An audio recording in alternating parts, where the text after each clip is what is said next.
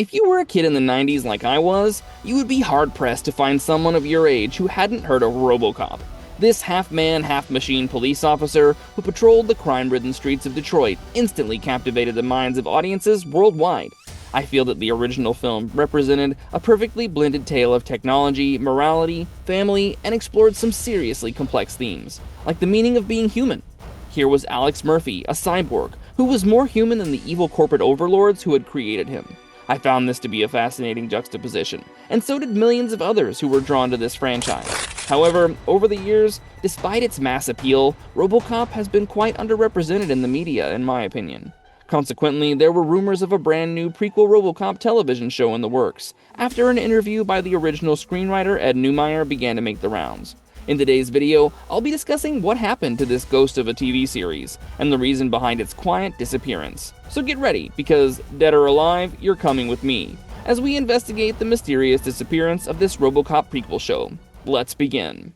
This wasn't a Robocop origin story. I remember around 2020, there was a rumor making the rounds that a Robocop television series was in the works. The original screenwriter, Ed Neumeyer, would all but confirm this in an interview with Movie Hole, where he revealed that this was indeed the case and that MGM was involved with the project. I remember hearing about it and being quite excited, until I found out what the TV series would actually be about. You know how it is with fans of any franchise. The moment Neumeyer's interview came out, I could definitely sense people's hopes rising. This was possibly because most fans had probably not read through the entire interview that Neumeyer had given. I, on the other hand, had gone through each and every word, and what was actually revealed really tempered my expectations. First of all, the series was still in its nascent stages, with not even a pilot having been developed for it. Secondly, and most importantly, the show was not going to focus on Robocop or even Alex Murphy. No, this series wasn't even going to explore Alex Murphy's early days. Instead, it was going to focus on the origins of Omni Consumer Products and its senior president, Dick Jones. While Dick Jones, who was played by Ronnie Cox in the original film,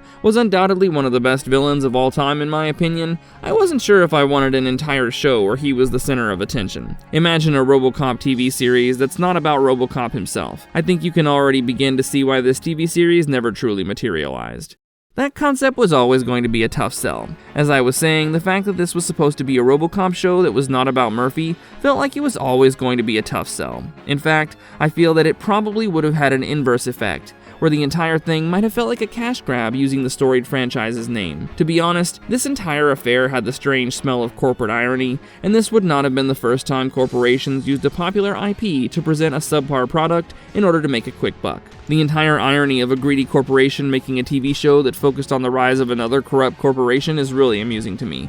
I feel that half of what made Dick Jones so iconic as a character was how Ronnie Cox played him. Since the show was looking to present an origin story for this character, they would most likely have cast a completely different actor for the role. While I'm not trying to say that this actor would not have succeeded in portraying this legendary villain properly, they would inevitably have been compared to Ronnie Cox's take on the character. Sure, we can brush it aside, saying that this Dick Jones was a completely different character, as he was much younger, but the comparisons would never go away. Apparently, this series was supposed to show the slow corruption of Richard Jones into the slimy and villainous Dick Jones that we see in the films. Intriguing as it might sound in terms of world building and expanding on the Robocop lore, let me ask you, who here would want to see an entire TV show dedicated to OCP and Dick Jones instead of some good old Robocop action? It's not like us Robocop fans were drowning in content from the franchise, so when a TV show gets announced, at least they could have let it be about the titular character. Nobody watched Robocop for Dick Jones, even if he is a great villain. I certainly didn't. Of course, there's never been a public statement confirming that this was the reason the project went quiet, but from the outside, it's not hard to understand why a Robocop show without Robocop may have been a difficult pitch. The safer way to put it is this: release a Robocop show without Robocop, and you risk confusing the very audience you're trying to bring back. Cut your losses, let the concept quietly fade away,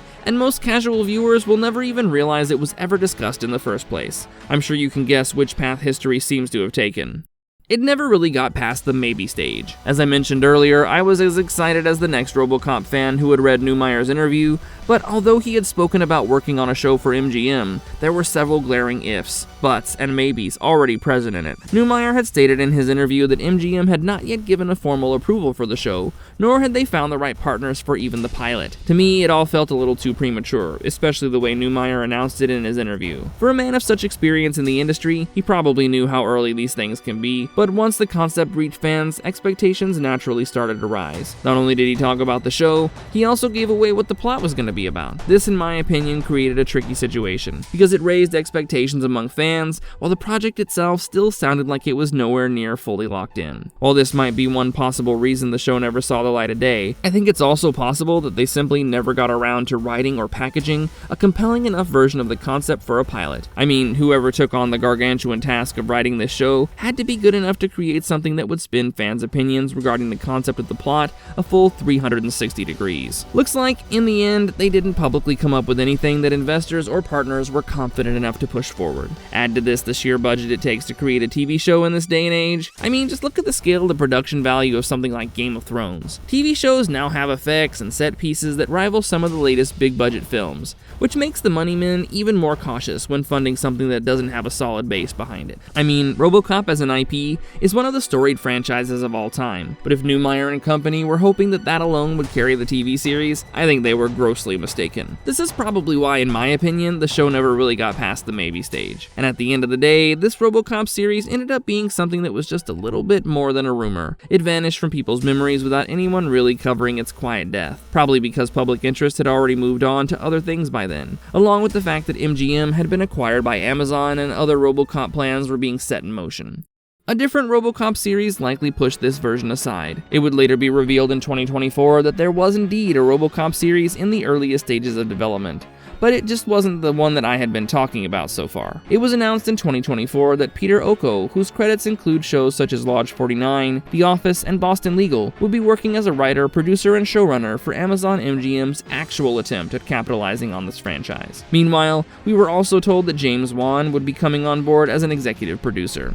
From what I can gather after reading the series logline, unlike the TV series that never saw the light of day, this one's actually going to feature Robocop and is likely set to follow the familiar premise of a corporation working with the police to introduce a technologically advanced law enforcement figure who's part man and part machine. The series has been in the works as part of Amazon MGM's attempt to revisit major MGM titles, and Robocop was one of the names that came back into circulation. Considering how The Rings of Power has panned out so far, I'm just hoping that Robocop doesn't go down the same route. It would be such a shame for Amazon to create dumpster fires out of so many storied franchises due to its lack of competence. I personally feel that they should take as much time as they need to give us something memorable, instead of rushing out a half-cooked product just to make a quick buck. More importantly, I feel that the arrival of this Oko-led version likely pushed the earlier Dick Jones concept even further into the shadows, although there's never been an official public cancellation announcement for that prequel. The people behind the newer show seem to have actually understood that most viewers would probably be more interested in Robocop himself